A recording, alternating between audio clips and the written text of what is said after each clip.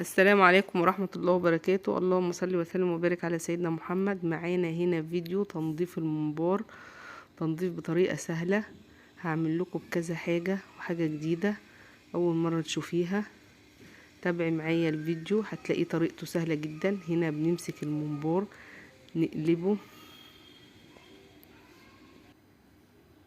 بس هنا لما تيجي تقلبيه هتلاقي هنا الدهنة بتعكسك في القلب، فاحنا نشيل الدهنة الاول اللي ما بين اللي حوالين المنبار بتاعنا كده عشان نخليه يتقلب بسرعة، ما يعطلناش او يحصل اي كلاكيع كده واحنا بنقلبه فيعطل معنا. اي حاجة تلاقيها بارزة تشيليها كده بايدك او تشيليها بالسكينة لحد ما تخليه متساوي، وبعدين تقلبيه. هتشوفي طريقة القلب سهلة جدا، مش هياخد وقت معاكي، مش هياخد تنظيف، طريقته سهلة جدا.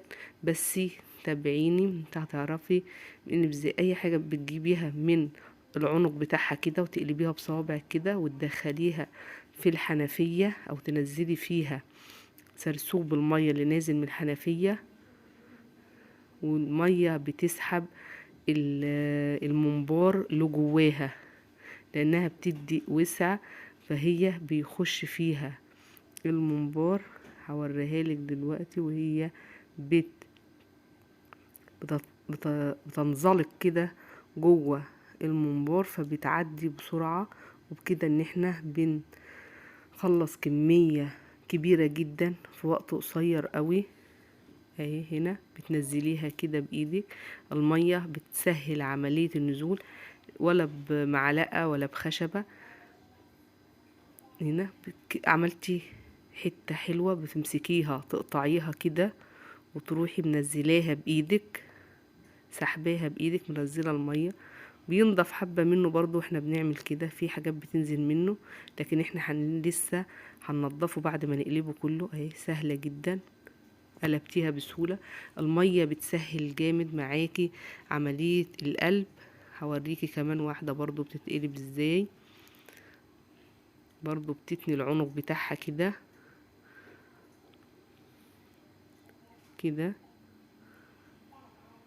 وتدخلي الميه فيها وتعلقي بقيتها في الحنفية بتاعتك، وبتسحبي، هي المية بتسحبها لتحت لحد ما تعملي قطعة حلوة معاكي، تروحي شداها ونزلة المية منها. اهو زي ما انت شايفة كده سهلة جدا. اهو تسحبي المية، بتقطعي الكمية اللي انت عايزاها او الحتة اللي انت عايزاها كده. اهي تروحي سحباها لتحت كده، سهل جدا، مفيش اي حاجة، بتقلب بسهولة، بتقلب بيسر.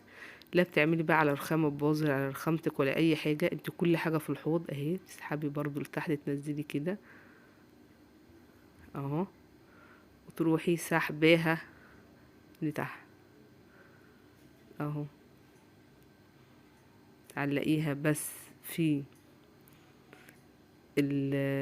عنق الحنفية بتاعتك، وهي بترفعي الناحية التانية والمية بتسحبها لتحت، وبعد كده بتروحي منزلاها بايدك، او المية بتفضل تملى فيها كده، بتروح فتحاها ومنزلاها لتحت. بس طريقة القلب سهلة جدا معانا هيت، مفيش اي مشكلة خالص، وهتعملي كمية بسرعة لان المية بتسهل عليكي طريقة القلب بتاعها، ما بتاخدش وقت منك خالص، لان قلتلك المية بتعمل عملية وسع جوه المنبار. ممكن تجيبي هنا معاكي معلقة تسحبي منها شوية كده، وبرضو بتحطيها في عنق الحنفية وتروحي سحبيها. دي طريقة تانية برضو، بس دي لو قطعة صغيرة او قطعة قصيرة. لكن لو معاكي قطعة طويلة طبعا مش هتقعدي تعملي بالمعلقة كده، لكن لما بتدخليها في عنق الحنفية وتسحبيها لتحت، او ضغطة المية بتخليها تنطرد لتحت بس، وتروحي قلباها بسهولة. ادي طريقة القلب بتاعنا. احنا لسه منضفناش حاجة يا جماعة، احنا بس دلوقتي بنوريك دي كمية الدهون اللي طلعت منها. ممكن تجيبي معلقة، ظهر المعلقة، وتعملي كده بسرعة جدا، بتنضف معاكي كمية حلوة قوي. في طريقة بقى جديدة وطريقة سهلة قوي برضو هجربها معاكي دلوقتي عشان اوريكي كل الطرق واي حاجة متاحة معاكي تقدري تعملي بيها. بس قبل ما تعملي بالمعلقة او بالطريقة اللي احنا هنعملها التانية دي، بترشي حبة من الخل على المنبار بتاعك، فبيعمل عملية برولة او فرولة للمادة اللزجة اللي جوه المنبار دي. هي ما جاتش الحتة بتاعت وانا بحط الخل، وهينضف معاكي بسهولة وهيسهل عملية التنظيف كمان. يعني احنا بعد ما بنقلب بنرش حبة من الخل عليه كده ونسيبه لمدة دقيقتين. معانا هنا بقى فرشة اسنان نظيفة طبعا مش معمول بها اي حاجة، هنجيبها ونعمل بها كده، بتنظف وبتشيل كميات كبيرة جدا، يعني بتخليلك الحاجة قشطة زي ما بيقولوا. بصي الكمية اللي بتطلع منها اهي، وبتغسليها عادي وبتنضفي بيها اي منبار بيبقى عندك، بتطهريها بخل وبتروحي عيناها تنضفي بيها بعد كده عادي.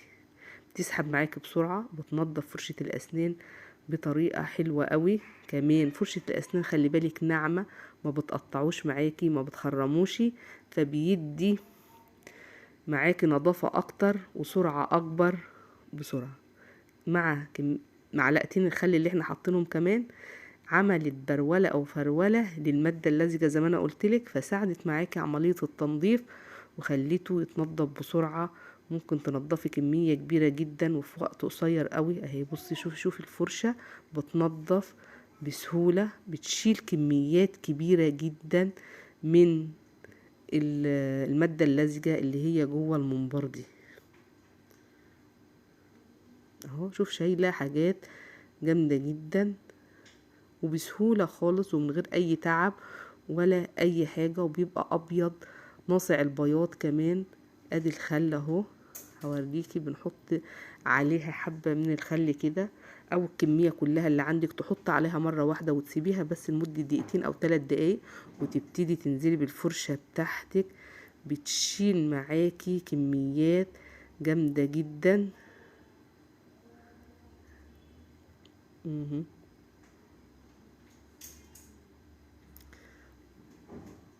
اهي بصي لما انا سبتها بقى في الاول اللي انا وريتك، لما انا عملت بالفرشه على طول ما شالتش